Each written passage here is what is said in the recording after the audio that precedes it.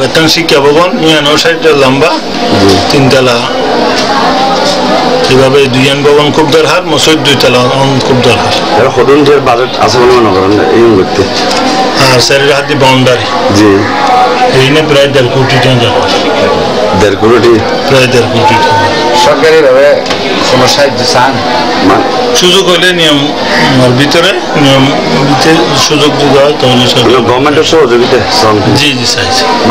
Total আপনার টাকা তো জাহানা শাখার 90 জন। 90 জন। এতিমখানাত আছে এতিমখানাত আছে 65 জন। এতিমখানাত, তারপরে এই নুরানি শাখাত নুরানি শাখাত আর 600। সর্বসাকুল্য 900 শিক্ষক। শিক্ষক 32 জন। 32 জন। জি। তার মধ্যে স্টাফ 3 জন। দেখুন যে এমপি সরকারি ভাবে যে এমপি ভুক্তি আছে, আমার তো বেসরকারি ভাবে এমপি ভুক্তি আছে না?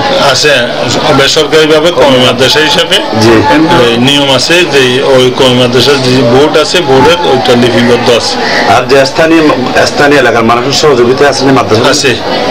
কোরবানে, রমজানে, সবাই 2 দানের মৌসুমে স্থানীয় লোকের এই সহযোগিতা। আমার বাজেট বরাদ্দ 1 বছর পর গণজন নাকি 2 বছর।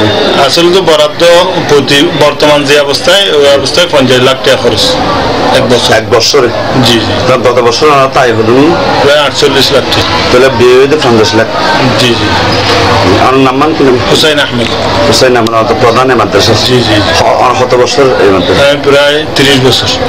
আমার 30 বছর আমলের মধ্যে কি উন্নয়ন বুঝছি?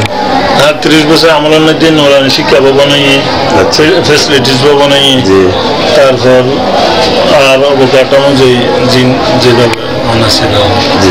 এতক্ষণ যাবৎ আলোকিত চকরিয়ার সাথে আলাপচারিতায় ছিলেন চকরিয়া উপজেলার ঐতিহ্যবাহী দ্বীনি শিক্ষা প্রতিষ্ঠান বিএমসর ইউনিয়নের বহদ্দারকাটা ইসলামিয়া আরবিয়া মাদ্রাসার প্রধান পরিচালক হযরত মাওলানা হুসাইন আহমেদ।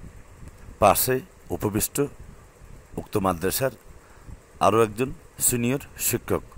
দর্শক মণ্ডলী, এটাই বলতে চাই যে উপজেলার যেসব দ্বীনি শিক্ষা প্রতিষ্ঠান রয়েছে তন্মধ্যে বহদ্দারকাটা মাদ্রাসায় হাজারো শিক্ষার্থী ছাত্রছাত্রীদের সমাবেশ। এই মাদ্রাসায় রয়েছে নুরানি বিভাগ, হেফজখানা, এতিমখানা এবং মাদ্রাসা বিভাগ। এখানে হাজারো শিক্ষার্থীদের মধ্যে অনেকে এতিমখানায় থেকে খেয়ে পড়ে লেখাপড়া করে আসছে। প্রতি বছর এই মাদ্রাসার আয়োজনে যে বার্ষিক সভার আয়োজন করা হয় এবং দীর্ঘ 1 বছর যাবৎ এই মাদ্রাসায় হাজারো শিক্ষার্থী শিক্ষকদের যাবতীয় ব্যয়ভার বহনে এখানে বছরে অন্তত 50 লক্ষাধিক টাকার খরচা হয় বলে সূত্র জানাচ্ছেন। যে পরিমাণ বিভিন্নভাবে সুযোগ সুবিধা পাওয়ার কথা এই মাদ্রাসা কর্তৃপক্ষ, তা একেবারে অপ্রতুল। সাধারণ ধর্মপ্রাণ মানুষের সহযোগিতার পাশাপাশি সরকারি তরফে এই মাদ্রাসার জন্য বিভিন্নভাবে সহযোগিতার প্রয়োজন বলে জানাচ্ছেন মাদ্রাসার মোহতামিম মাওলানা হুসাইন আহমদ।